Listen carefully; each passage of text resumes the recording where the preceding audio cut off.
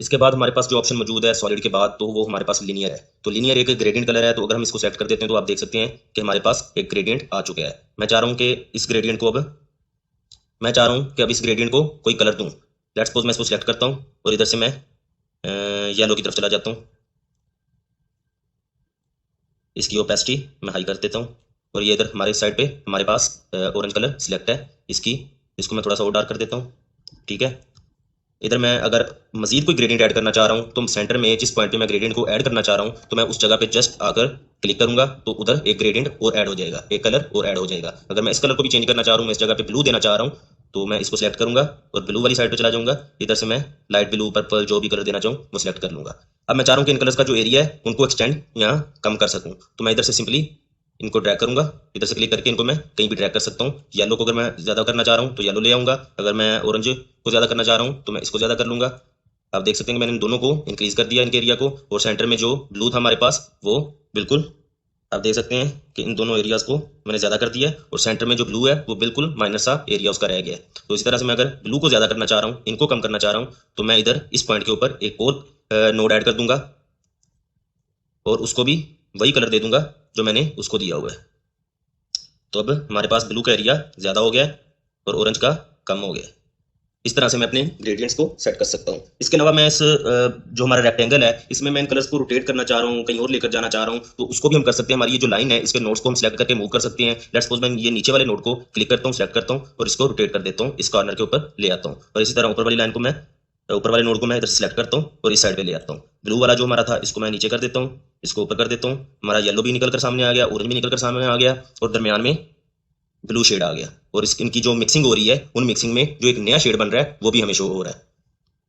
तो अगर मैं इसकी ओपेसिटी थोड़ी कम कर दूं या बिल्कुल जीरो पे लेकर आ जाऊं तो वाइट की तरफ जा रहा है। वाइट मीन्स ये वाइट की तरफ नहीं जा रहा, लेकिन इसकी ओपेसिटी कम हो रही है, तो पीछे हमारे पास जो कैनवस मौजूद है उसका कलर वाइट है, तो इस वजह से हमें ये वाइट शो करवा रहा है। अगर मैं सारे को सिलेक्ट करूं, इसको क्लोज करते हैं, इसको सिलेक्ट करते हैं, इसको अगर मैं इसके ऊपर ले जाऊं,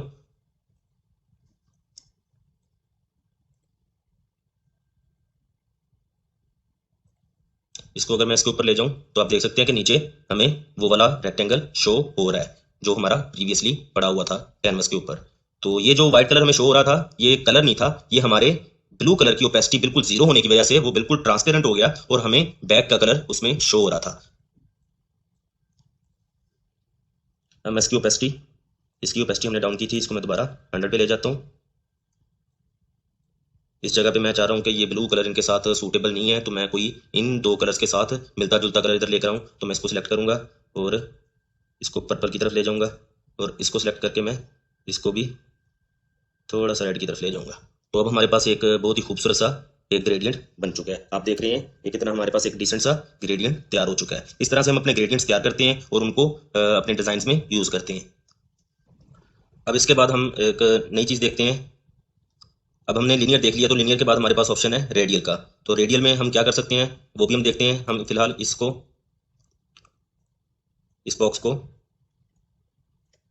छोटा करके साइड पे रख देते हैं और इस रेक्टेंगल को ले आते हैं इधर और इसको थोड़ा सा बड़ा कर लेते हैं।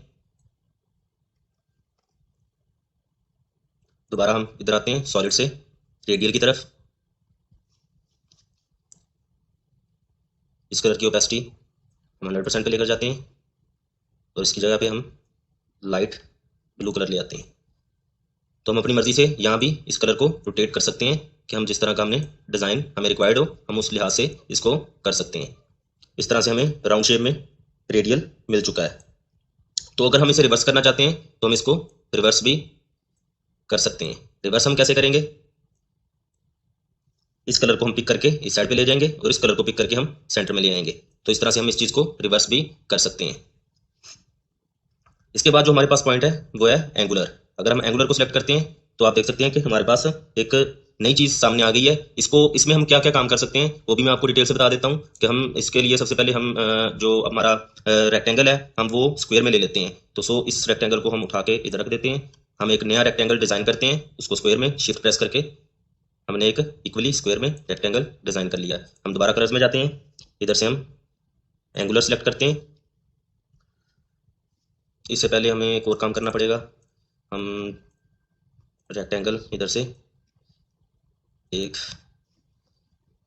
2 इसकी कॉपीज ले लेते हैं। ये हमने कॉपीज कैसे ली ये भी मैं आपको बता देता हूँ साथ साथ, कि हम अगर आल्ट प्रेस करके अपने रेक्टेंगल को सिलेक्ट करके ड्रैग करें माउस के साथ तो हम उसकी कॉपी जनरेट कर लेते हैं। तो हमारे पास ये इस वक्त टोटल 3 और 3 6 कॉपीज बन चुकी हैं रेक्टेंगल्स की। हम इन सबको एक एक कलर असाइन कर देते हैं। फर्स्ट रेक्टेंगल को हम दे देते हैं ब्लू कलर, सेकंड रेक्टेंगल को हम दे देते हैं रेड कलर, थर्ड रेक्टेंगल को हम दे देते हैं ग्रीन कलर, फोर्थ को हम दे देते हैं पर्पल, फिफ्थ को हम कोई और कलर दे देते हैं, येलो दे देते हैं। इसके बाद हमारे पास सिक्स्थ रह गया, इसको हम लाइट ब्लू या ऑरेंज लाइट ब्लू दे देते हैं इसको। अब हम आते हैं दोबारा अपने इस रेक्टेंगल की तरफ। तो हमारे पास जो फर्स्ट कलर है उसको हम ब्लू दे देते हैं। हम इधर मल्टीपल नोड्स लगा लेते हैं।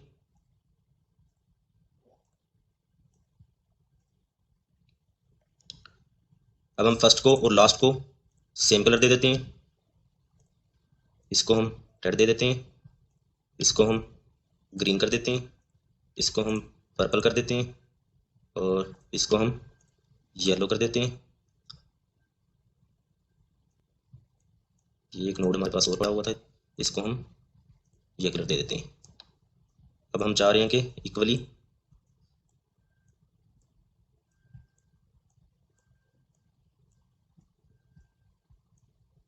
इसका कलर हम चेंज कर लेते हैं क्योंकि ये थोड़ा सा मैच नहीं कर रहा, तो इसको हम ऑरेंज की तरफ ले जाते हैं।